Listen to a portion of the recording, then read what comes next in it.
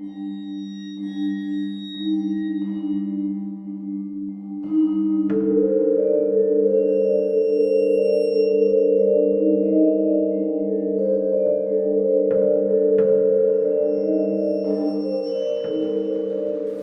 hello, and welcome to Al Dente Rigor Mortis. I'm Review Cultist. I'm Mikey. The E stands for evil. And I'm the gamer in yellow. And we're here to discuss those internet stories, most creepy and most pasta, and be critically silly doing it.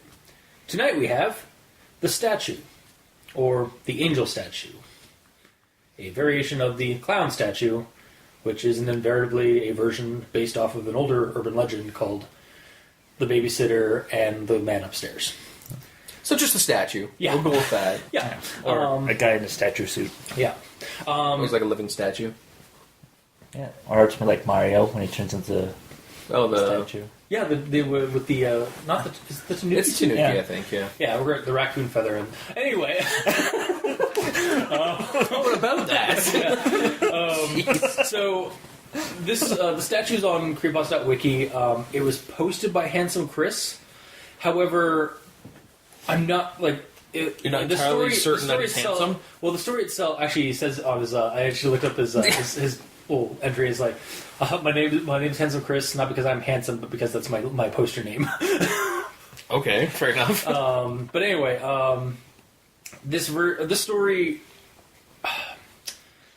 It may have been written by him, it may have been just posted by him, but regardless, this is just a one of many versions of of an older story that we're going to look at, as well as the story at hand. So the statue, as told on Creepypasta.wiki, go check it out. It's like literally 2 or 3 paragraphs, not even. Is about a babysitter watching over some kids because the parents want to have a night on the town. Yep. Everything goes fine. There's nothing really to do because the kids are already asleep, so she just wants to watch some TV, but they don't have cable TV except for upstairs in the parents' room. So she goes to call the parents to get permission, and they're totally fine with it. Yeah, just go watch TV there. And then she comments also, before I go in there, do you mind if I put a blanket or a sheet over the angel statue that's outside the window? Because it's kind of really creeping me out and disturbing. And then there was some silence. It's like, get the kids, get out. We don't have a creepy angel statue. And then 3 minutes after the call, they were dead, or the police arrived. They were found dead. They were found dead. Yeah. Or they were dead within 3 minutes of the call, and by the time the police arrived, The police arrived. We'll get in that. The police arrived in 3 minutes, and they were dead at that point. Yeah. Yeah. Within 3 minutes. So it took less than 3 minutes for them to be in the pools of blood. Yes. For them to be found in pools of blood. Yeah. And Much the less statue, time to actually make the pools of blood happen. Yes. Yeah. And the angel statue was nowhere to be seen. Of course. Mm-hmm. Dun dun dun dun dun. So yeah, it's a really short creepypasta. However, it is, like I mentioned, stems from an older story, an urban legend, the babysitter and the man upstairs. It has multiple iterations. Chances are you've heard of either a film that's taken the story, or you've heard of the story itself in one of its iterations. Usually, it's the caller's coming from inside the house, that kind of thing. The babysitter watching some kids, creepy guy's already in the house, either kills them or they escape. There's multiple iterations. Literally,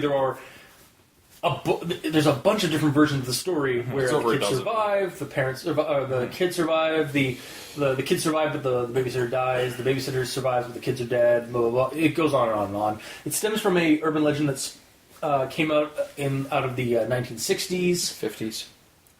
1950 to be exact. Dates back to the 1960s. But the historical crime. The historical crime came out in the 50s. Yeah, the story. that's what I was thinking of. Yeah. Okay, fine. And I'll get into that, because you can check it out on the wiki page, The Babysitter and the Man Upstairs. It's urban legend, 60s, basically the same premise. Teenager is babysitting some kids, receives a bunch of phone calls of a man, continually asking him to check the children, and it's the basis for a bunch of movies that came out in the 70s and on. like Foster's Release, The Sitter, When a Stranger Calls, When a Stranger Calls Back, the 2006 When a Stranger Calls. Amusement is the one that actually has the man or the killer be the statue or some kind of doll. Because much like I said, this one has like the angel statue. Well, the other idea is that it's a creepy clown doll or something like that, like a life-size creepy clown doll, I guess. Yeah, it's a life-size creepy clown doll because it ends up that the clown doll becomes the guy. Like, that's why it's moving. It's because it's actually just a guy in a clown suit. Yeah. And every time they're in a different spot, he's just freezes. Yeah. Gotta not And I mean, I guess it's because it's dark and He's like a killer, you really don't know. he's a killer mime. He knows what he's doing. Yeah. The historical crime based on this is from the 50s. And I'm not going to go into full details again. You can check it out on the wiki page. But it was in Missouri, and basically a 13-year-old Janet Christman was babysitting, and somebody broke into the house. Somebody broke a window to make it look like they... What? Okay, would you like to go? Okay, so the 13-year-old is babysitting the 3-year-old. The parents leave. The kid gets put to bed, I guess, and then what probably happened was she invited someone over and let them in the front door, and then that person killed. But who broke that window then? After the guy came in and killed people and did his business, he went outside, got the hose, and broke it. Oh, to make it look to fake it. Yeah. And unfortunately, their suspect was never... Like, they had a suspect for who did it, but they were never charged. Like, they were found innocent. And so the story basically... because he passed a lie detector, and he, I guess, had an alibi. I don't even know if it said... I don't think it said they had an alibi or anything like that. But he did, like, pass the lying test, and, like, he got cleared in court, and basically this murder-rape sequence never got resolved. Yeah. So it's, again, creepy in its own right, because... creepy shit. Yeah. Like real-world creepiness. And then in the 60s, it started spawning multiple urban legends. Like, basically, kids started telling the same, like, that kind of story at campfires or at, like, busy while hanging out and stuff. And it just basically word of mouth, copy and paste. Yeah. All the way to the creepypasta age. And in fact, the first variation on the list, because there's multiple variations, like, again, the killer, where, like, the killer is already in the house and, like, telling them to check the kids because the kids are already dead to get her, and she just nopes out of there, and then the police find out that the kids were killed and stuff, and that the killer was just waiting for her to check the kids. That's what your actual urban legend is at the top of that page there. Yeah. And then there's the creepypasta version, which is that the guy dressed up as either a clown statue or That's actually a movie version. Oh, that's a movie version? Okay. The creepypasta is actually down in the variants, like it's... Yeah, no, it's the first one now, isn't it? No. In some tellings, the babysitter... The one that we read Yeah. Oh, is it actually in the variants. Oh, shit. Okay, cool. Here it is. There's also a version in which the babysitter calls the parents to ask if she can watch the TV in their room. After the father gives her permission, she asks if she can cover up the statue of the angel that they have in the garden because she is scared of it. The father then says to her to take the kids, call the police, and leave the house immediately, as they do not have a statue in the garden. When the police arrive, the girl and the children are dead, and the angel is gone. See, I like that one because it actually gives you details of where exactly that statue is. Like in the, we'll get into that in the story in our actual. Like, we're going to analyze, or at least critically be critically silly, looking at the story that we read for this story for this episode. But yeah, it's a pretty prolific urban legend. Like, it's even, I mean, hell, like even like Scary Stories to Tell in the Dark series of books even did one, which. Like, that was a classic, like, horror story, like, series that, from, like, my childhood.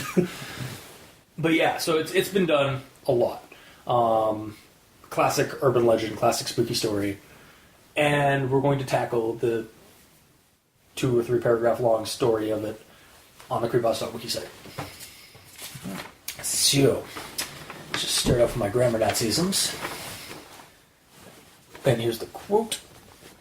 When the babysitter arrived, the 2 children were already fast asleep in bed. So the babysitter just got to sit around and make sure everything was okay with the children. Okay, so even I noticed the so right at the start of the sentence, and I was like, and how it doesn't really need to be there right at the beginning of the sentence. You're infecting him. I know. Good job. You're infecting me with good grammar. No.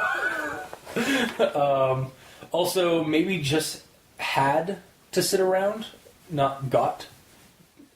Got just doesn't sound right to me. Like, it's so the babysitter just got to sit around and make sure. It works so the for me. babysitter had to sit around. She didn't have to sit around. Because the kids were already in bed. Hear me out. Because the kids were already in bed, she got the ability to just hang out. I understand. She acquired the ability to do nothing because the kids were already in bed. She didn't have to do nothing. I just didn't like the got. Like, I definitely it's proper in my eyes. All right, well, different people then. Yes. That's my notes. All right, that's my grammar Nazis. Well, there's another so that begins the sentence. Oh no! In the second paragraph, Yeah. dun dun dun dun dun dun, and it doesn't translate to the third paragraph because there's really not much in the third paragraph that even constitutes a paragraph. It's 2 sentences long, so. But yeah. So she called them and asked them if she could watch cable in the parents' room. Parents. Okay. So yeah, just the so. Oh, did you just start a sentence with so? Yeah, In real life? that's what it. No, I'm saying you yourself. After you So- said that, you're like, so? This is dialogue. Dialogue is safe. Really? Yes. If you say so. It is. Damn it. You're The wrong. only time you're exempt from it in writing is if you're in quotes with dialogue, or if you're literally transcribing somebody telling a story, Or if you're on recording. or if you're on. Well, again, that's an audio aid, not a written aid. Yeah.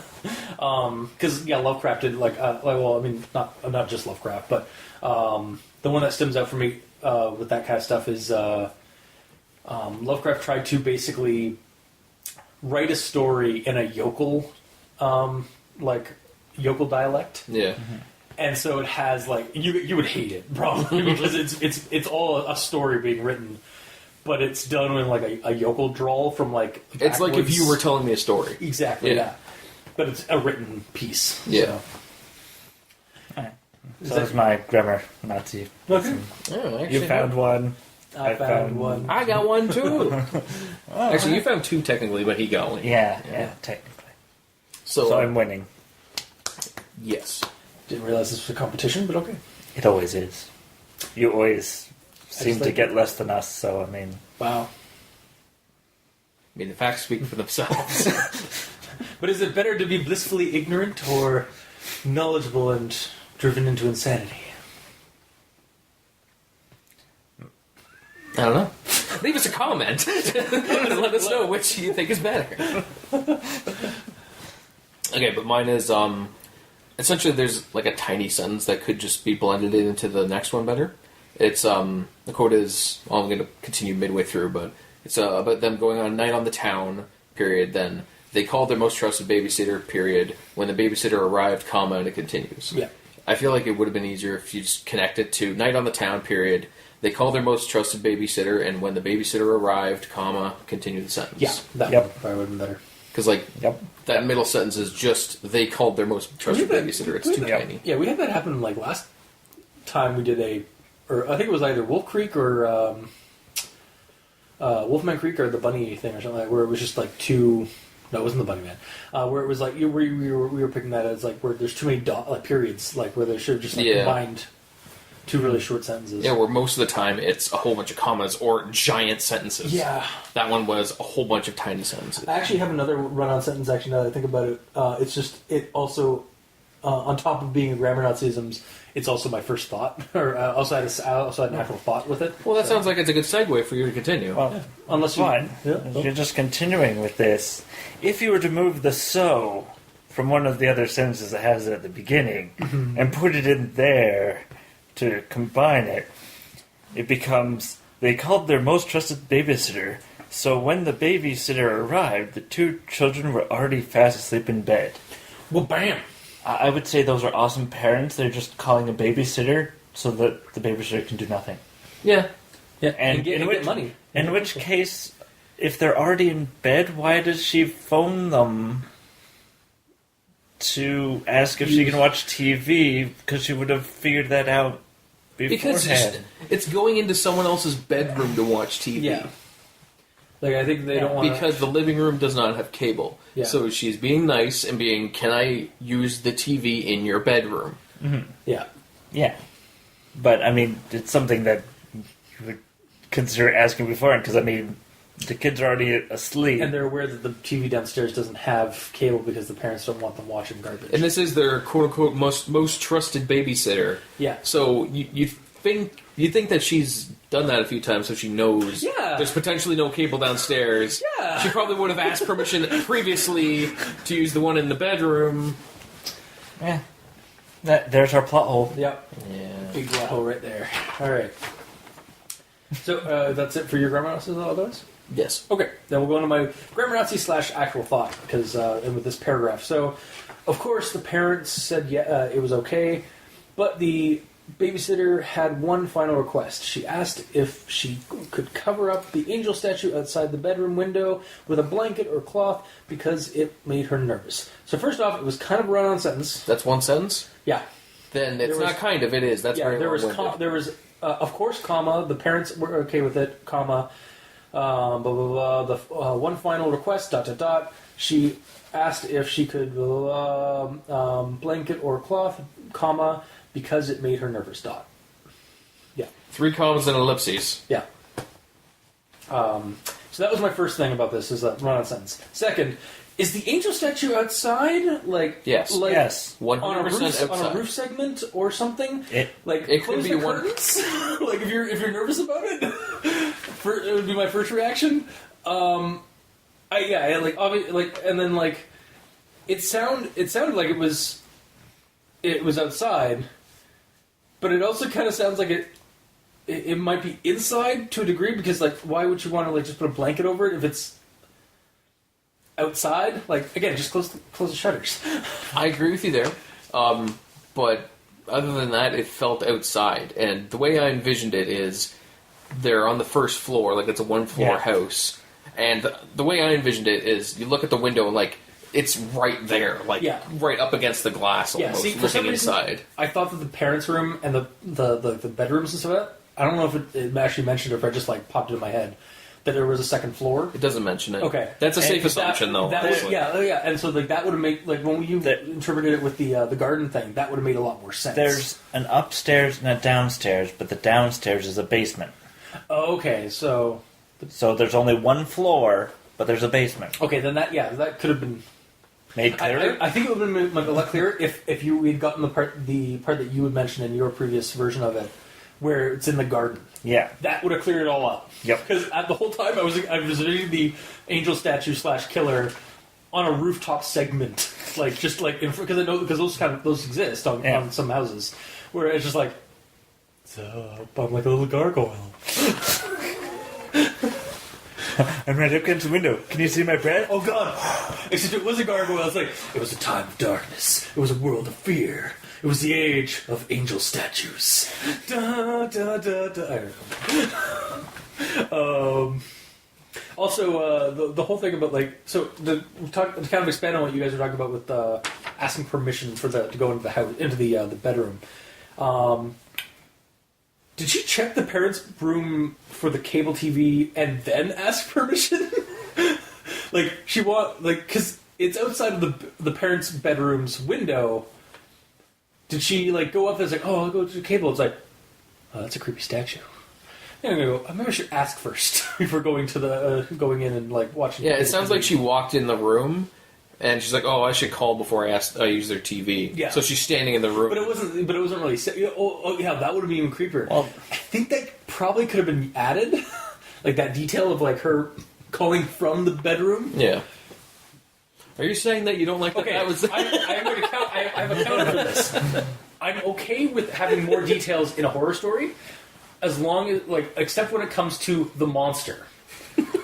Have you been preparing Yes. that all week? No, okay, so when I never came come up with it came that. to me while I was doing this one too, because again, I've been like kind of back and forth, like trying to figure out what I actually mean when I say that stuff. Shit. So like, you do need to have more information in a horror story, Yes. but not around the monster, about the setting, the location, and places like that. That's what I've been trying to get at. I'm not averse to details in a story when it, and I'm also not averse to some assumptions, but I also think that like the less details you have of the monster, or at least the less like gratuitous details you have of the monster, the more spooky it is, because it lends itself more to imagination. To the point, or to a point, because if you don't have enough details, then you can't visualize the monster.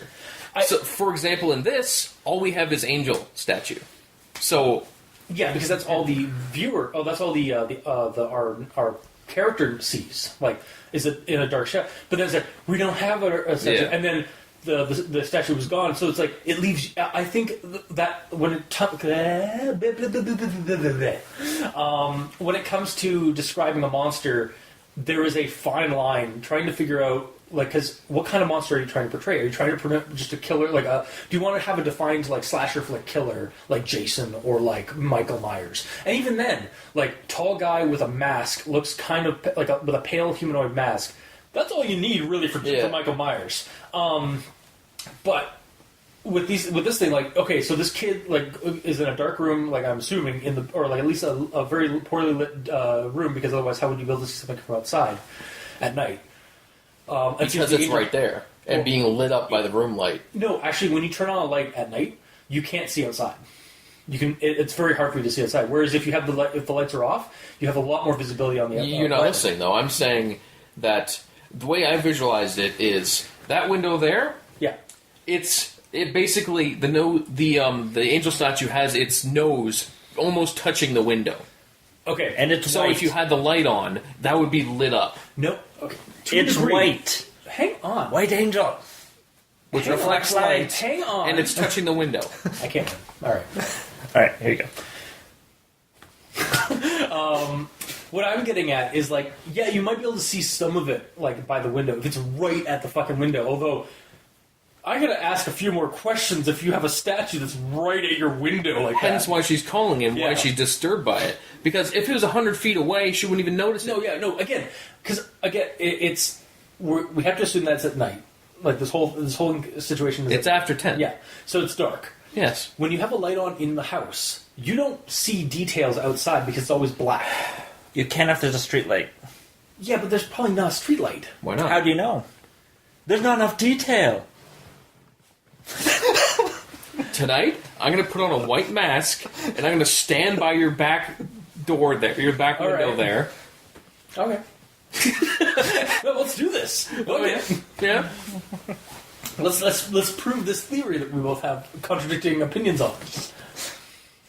Because, like, I don't see why the light can't go an inch out the window. It probably, like, she probably will. Okay, if it's right at the window, she'll probably get to some details. But generally, it's very hard to see something outside of a window because a light's on the inside because of the glare from the light. That's all I was getting at. Is like the light. The whole time I was reading that story, I was under the assumption that the bedroom was not the light was not turned on in the bedroom, so that she could see something outside.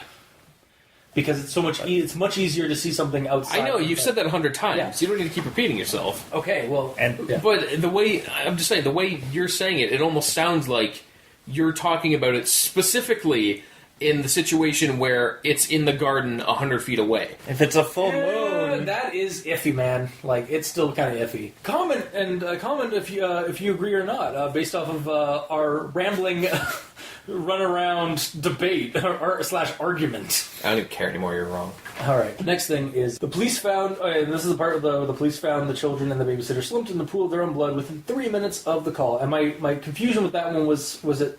Did they arrive at the house in 3 minutes, or is that the time of the death that they clocked the deaths at? They arrived 3 minutes after the call, Damn, that's and fast. they were all dead in pools of their own blood. Okay. So they died previously to that, probably as soon as she hung up the phone. Probably. But yeah, Or it's the like, kids damn, are those already are some dead. fast, like even some of the comments were like, "Damn, those are some fast police." They're in town. It still takes like with streetlights. But then again, it is the 50s. Or wait, no, this sorry, one, this is the one is not in the creepypasta. 50s. Yeah. But either way, yeah. if they're in town, down the street from the police I station, guess. Well, yeah, but I mean, still like from I don't know. Yeah, it really does depend on like where the police station is, or if there's a patrol nearby, kind of thing. because of the urgency that the father had from the call, I would assume hang up the phone, 911 immediately, that 911 emergency. Then he'd be like, "This street address, murderer there, go." Like, hurry the fuck up, because he seems to know that shit's going on. Yeah, because in some of the other, actually, I think in the actual horror, in the actual crime in the 50s, the girl was on the phone with the cops, but didn't give a name or address. Like, No, I guess she just like come quickly, and then bam, Yeah. she gets hit. Exactly, and then it took like basically till like later that night for when the parents got home. Yeah, because they apparently didn't have the facilities to trace the call at that hour. They did, yeah. They didn't have the staff on hand Yeah. for it because it was all through like boards and stuff. But yeah, but yeah, that's my notes until the end. Until we actually get to the final thoughts and recommendations. Alright, so I feel like this has been done more recently, just too much. Yeah, it gets done a lot. Like, To the point where I read this, I was like, that was it. Like, if maybe I hadn't watched Doctor Who and those angels, goddamn, yeah, I know. I kept thinking of the Weeping Angels, but that, yeah, like, because that's essentially what we're dealing with. yeah. Like for this story, at least, like for this iteration, it seems like it's not quite a person. Like it could be a killer, just, but like, why is it dressed up as an angel statue? Like, or like costume? So it doesn't look like a guy in a ski mask? I guess, yeah. But again, like with today's day and age with Doctor Who and so, like fans everywhere, a lot of people go straight to the Weeping Angels because that's another scary monster to toss into something. Yeah, so it's like, and there was no statue to be found. It's like, yeah, because the angel could move on its own. There was nobody left alive to quantumly lock it in place. And then after I read some of the Wikipedia page, the initial thing about the person phoning and the person's already in the house, which is the basis of it, when I read that, I was like, that's not the same story. It isn't, but it's a different. But then once I got down to the variations and found the variation, I was like, okay, Yeah. now it makes sense. But the fact No, that... it doesn't. Yeah. I'll get into that a little bit. All right. Well, it's in a variation, so it's been marked. Yeah, like it's evolved. Like the story has been developed into different like ways and stuff like that. But Might as well talk about it now. It's to the point where, like, you're saying it's based on this urban legend just because it has a babysitter and a murder. That's all that they're basing it on. Everything else doesn't matter. The original thing is about the killer being in the house and tricking the babysitter into potentially killing her, or her getting away or whatever. But the fact of the matter is, it's a dude in the house that's the murderer. That is what the basis of the original legend is. yeah, That's not what the statue is. That's not what 100 of the other variations are. All the variations just have two things in common: someone dying, and there being a babysitter present. That isn't enough to connect it to say that it's based on an urban legend. Well, I'm not saying it's not. It's based on it in that it was derived from event. Like at some point down the line, it was derived from that point. Like that was the source, and then it's changed so much. It's not even the same thing, though. That's kind of like no. It's still like it's not the same thing exactly. Like, but There's two similarities: the core concept is the same. Babysitting a child, babysitter and death. Killer kills them. Or, like killer is either in the house or near the house and breaks in and kills them. That's basically the same premise. I don't know. There's just so many variations that are vastly different that it doesn't seem like the same thing to me. Because the killer could be outside. The killer could be not actually a person. It could be a person. It could be a person inside. That could be an actual person or not a person. They could all get away. They could all live. They could all die. There's like so many variations. It's... I don't know. Like, I don't know how to react, man. Like, I'm just saying, it's based on babysitter and there being a creepy story around death and a babysitter, not on that specific urban legend. But that was the one that spawned that whole like core idea or that core concept or that trope in creepy stories. Like, that's what I'm getting at. Is like, I understand that, but like, it's not the... on the Wikipedia page, it's saying like this urban legend, and then these are variations of that urban legend. Meanwhile, that urban legend should be a base of babysitter horror stories. It should be a variation of babysitter horror stories, which is the base that everything is varied off of. That's my point. I mean, okay, I can see that, but like at the same time, it's like it's not like it's kind of like a hereditation or like hereditary like stuff. Like you're not your dad or you're not your grandfather. Like you have a lot more different experience than your grandfather, but you are rooted from your grandfather or from your dad. Like your dad is not you. You're not the same person. You have different experiences. So in terms of like the story started off in the 60s and was told over and over again, and it's like full telephone tag. For another analogy on that same thing, it's like things got changed, things get moved around. I understand, but that's like, not my problem. The root of it was that story. So like that's what they mean when it's based on something. It's like a loose adaptation, or it's a loose base, or it's based on it, but it's not the same thing. Yeah, I'm just saying like the way that I guess if I'm editing the Wikipedia article, it would be the thing that you're searching for is babysitter related horror. And then I'd be like, oh, well, babysitter-related horror is about a babysitter being at someone's house after the parents are gone, and then the kids dying by various events. Here's the variations. First variation is the first one that actually happened, which is the babysitter and the man upstairs. Yeah. I don't know. I'm sure there is... They're all connected better that way, because all they're connected to is around death and babysitters. Yeah. It's just... I'm sure there's like something like that on like a TV tropes kind of website or something like that, or like... Know Your Meme kind of thing. I'm sure there's like a babysitter horror like genre thing. Like I'm sure they covered there. It's not that it's a direct copy of the thing. It is a copy and paste, but the copy and paste cycle, the way it works, is that it gets changed as each time it gets passed on. Yeah. I think the question is, at one point do you get so far removed from the initial Core concept that you become your own story? Okay, I get. That's why I'm saying that they're so varied. Yeah, I just like the reason I brought up the urban legend in the first place was because like we've been doing a lot of creepypastas based on urban legends lately, and I figured I should bring up the urban legend that spawned this whole genre or this whole like type of story. See, saying it like that, that's fine. All right, continuing on. Yeah. After reading this and a bit about the whole urban legend stuff, I was trying to think of stuff like, well, how is this connected? And theoretically, you could loosely connect something based on just the phone call to a parent. And thinking that line of reasoning, there's a short film that comes to mind that the review cultist knows, because we watched it that one day, called Don't Look Away. Oh, fuck. Oh, right. I forgot about that one.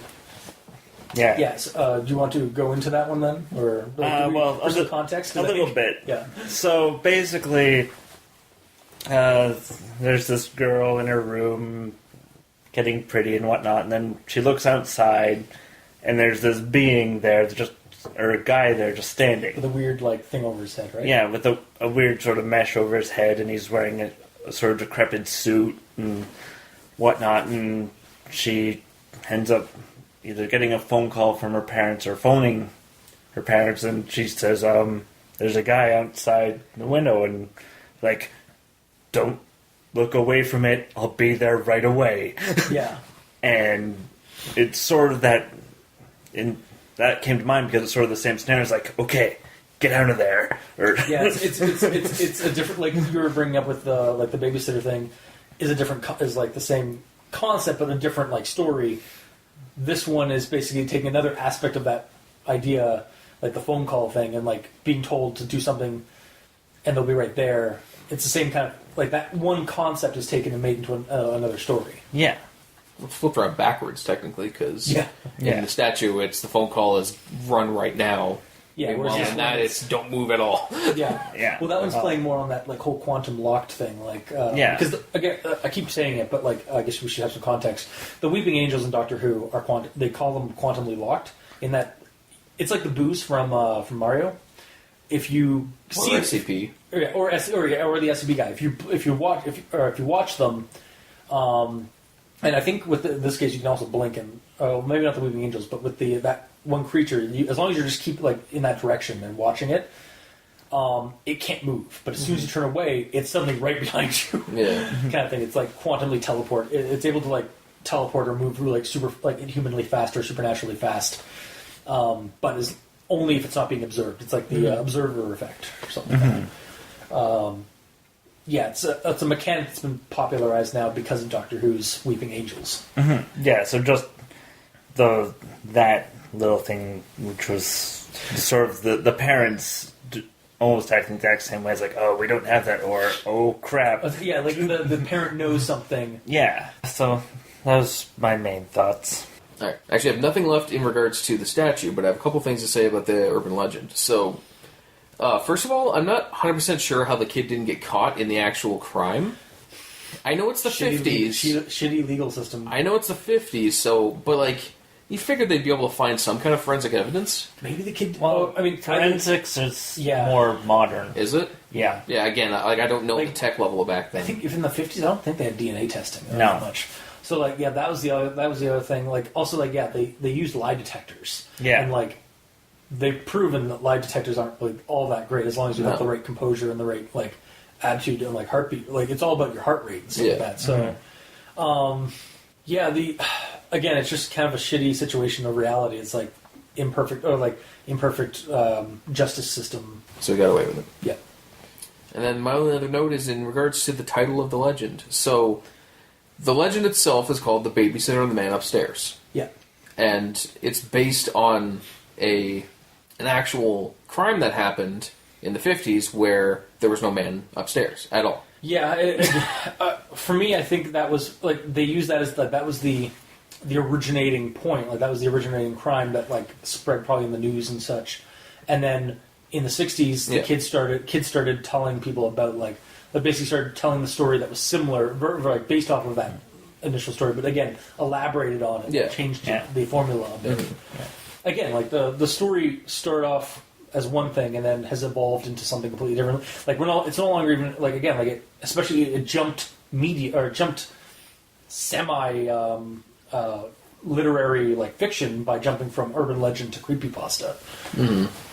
So yeah, it was even just weird like reading the statue, and then okay, babysitter, kids, statue, potential death, run, you're dead, and then I go to read the urban legend, and it's about a dude in the house already. Like, that much is so much different already. So I was confused right from the get-go. So it was kind of weird. What if, and this is not explained, Of course. the person that did it carries an angel statue. Mm-hmm. He put it in the window. Mm-hmm. And then he went and killed the kids who were sound asleep. And then when the babysitter phoned, she saw the statue and was like, I don't know what this is. And then the parents said, go get the kids and get out of there. But he's waiting in the kids' hall. room or in the hall. Yeah, I can see that. yeah, And also, the way you put that, too, that's another way to actually visualize the statue. Even if it is a 2-floor building, because it does say upstairs, downstairs. yeah. Even if it is second floor, it could be on the windowsill. That's that's true. Like, Hence why So it's actually because I keep envisioning this life-size thing, but yeah, what if it's just like a small, like a foot size, like or even like smaller, just something small enough to fit on like a windowsill. Yeah, that would be. It's almost like the killer's calling card / like I'm here, kind of like it's like the Wet Bandits, kind of thing.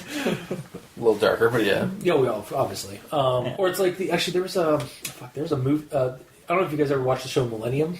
No. But there was an episode where they were talking about there was some, like devils talking to one another about like past kills and stuff like that, or past like sins and stuff like that. And one devil led this guy to like kill a bunch of people and stuff like that, based on he was like a fan of another murderer who like had a calling card that was basically a devil bobblehead, and he got caught and was put to prison. When he was in prison, turned out that he looked over and like the devil bobbing head was there like on the bedside table, and then it turned out that his bunk he was sharing the same cell with the guy with his favorite murderer, and then the guy killed him.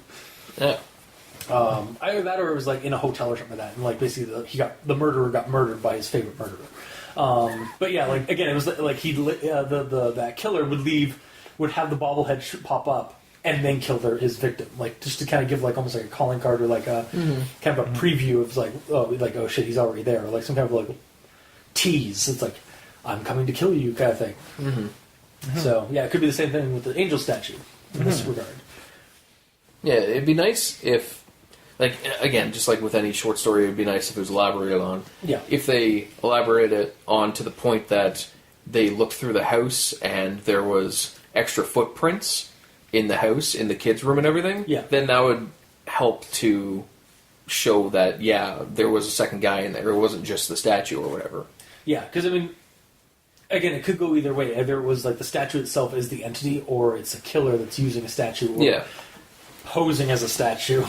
I think the clown one makes a lot more sense to me, but that's just because I kind of like the small statue idea. That part, I mean, like in terms of costuming as a statue, because I think the clown is a lot easier to costume as than an angel. Yes, but then and to be like, sorry, just not to cut you off, but like just to be like freeze frame and then pose as a statue I feel is a lot easier unless you're like completely spray painted like. Yeah, it's like the living statue people. Yeah, exactly. And actually do that. Oh, it's just one of them as a murderer. Shit, that just up to the creepiness factor, because it pays on like just how uncanny valley those guys are. Yeah, exactly.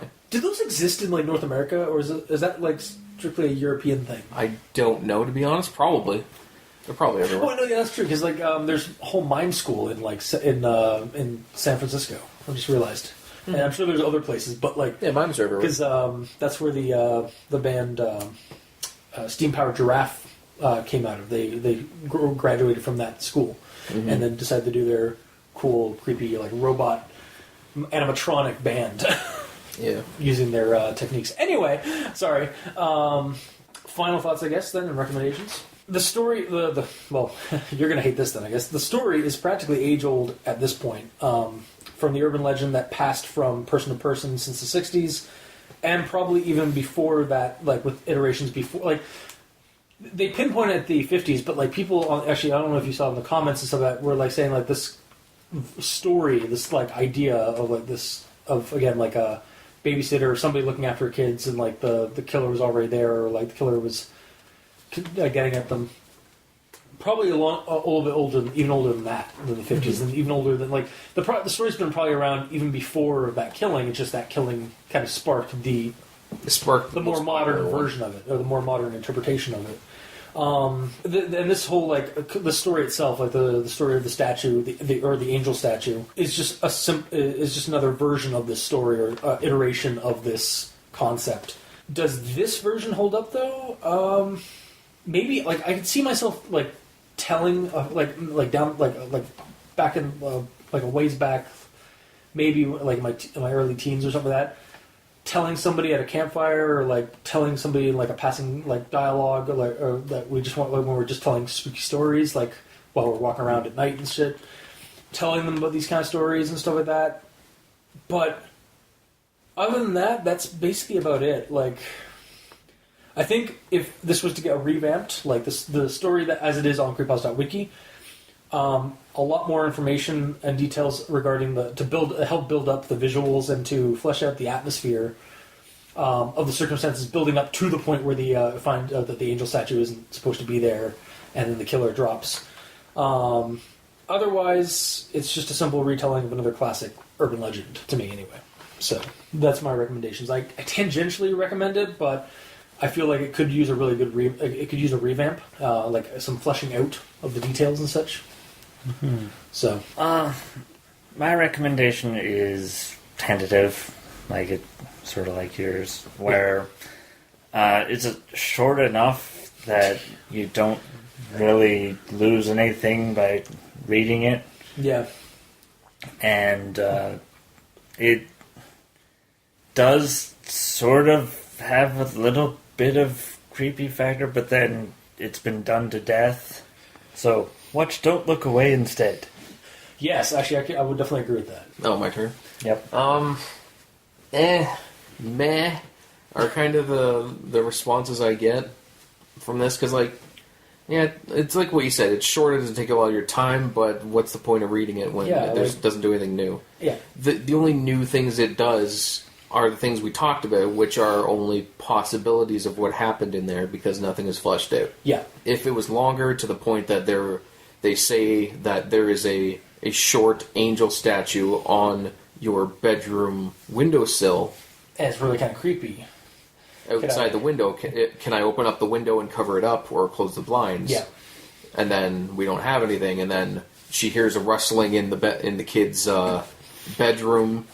She's like, oh shit, I gotta go get them, and she dies and they're all dead. Yeah. That's more fleshed out and you understand what's going on. You have a better visual of everything and it's more enjoyable. But as it is, it needs to be doubled or tripled in length. Yeah. Like, if you're making a story short on purpose for the reasoning of people just to talk about it, I don't agree with that methodology. Well, I'd rather read or write a proper fleshed out story that gives everyone a proper visualization and can enjoy it. Well, and that's definitely a valid opinion.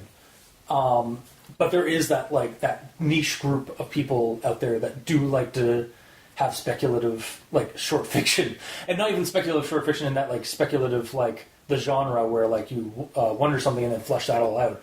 More or less I just want to I have this one idea. I don't really have a whole lot of. I don't really at the time you don't know what you want to do, but this one idea that you want to put down on paper, you think is really interesting, and so you put it out, and then it's become its own little niche genre, even in creepypasta and internet short fiction. Is that it's micropastas? They're really just there as thinking pieces, or as creepy little thinking pieces. I guess, but again, if you're passionate enough about a certain aspect of a story, why not write an actual story? I'm not saying write a novel, but write a few paragraphs down if you're that passionate enough that you want to actually post it online.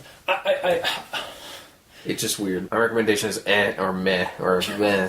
Alright, fair enough. Whatever point, situation you want to set those up as, go ahead, but Well, if you like what you heard, and if you didn't, leave us a comment in the comment section below. Tell us what you think. If you are kind of raging against us for our opinions, or if you want to know, or if you have your own opinion, please voice them in our comment section wherever this gets posted, whether it be on Kiwi6, Facebook, YouTube, Tumblr. You can also let us know what you think on Twitter. Mikey's at the E stands for Evil, and I'm at Review Cultist. Gamer in Yellow is on Xbox Live, but without at the Gamer in Yellow, but without the W, because Microsoft hates them. You can also leave us emails. Go to aldenterigamortis@gmail.com. That's ALDNTERIGAMORTIS@gmail.com, where you can also leave us suggestions for other creepypastas you'd like us to discuss on the show. And if you'd like to check out the title cards for each episode, go to crazonstudios.tumblr.com or the YouTube channel, Aldente Rigor Mortis, where you can check out the video portions for each episode. And if you'd like to help support the show, you can spread the word. Leave us ratings and reviews on streaming sites like iTunes.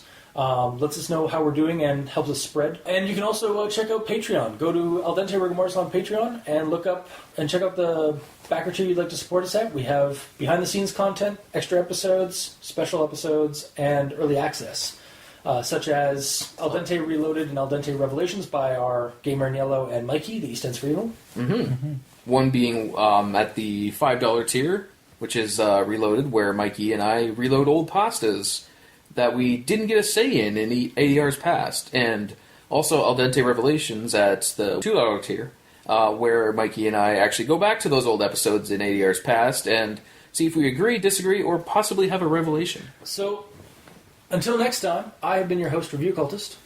I'm Mikey. The E stands for evil. And I'm the gamer in yellow. And this has been Al Dente Rigor Mortis. Sleep well.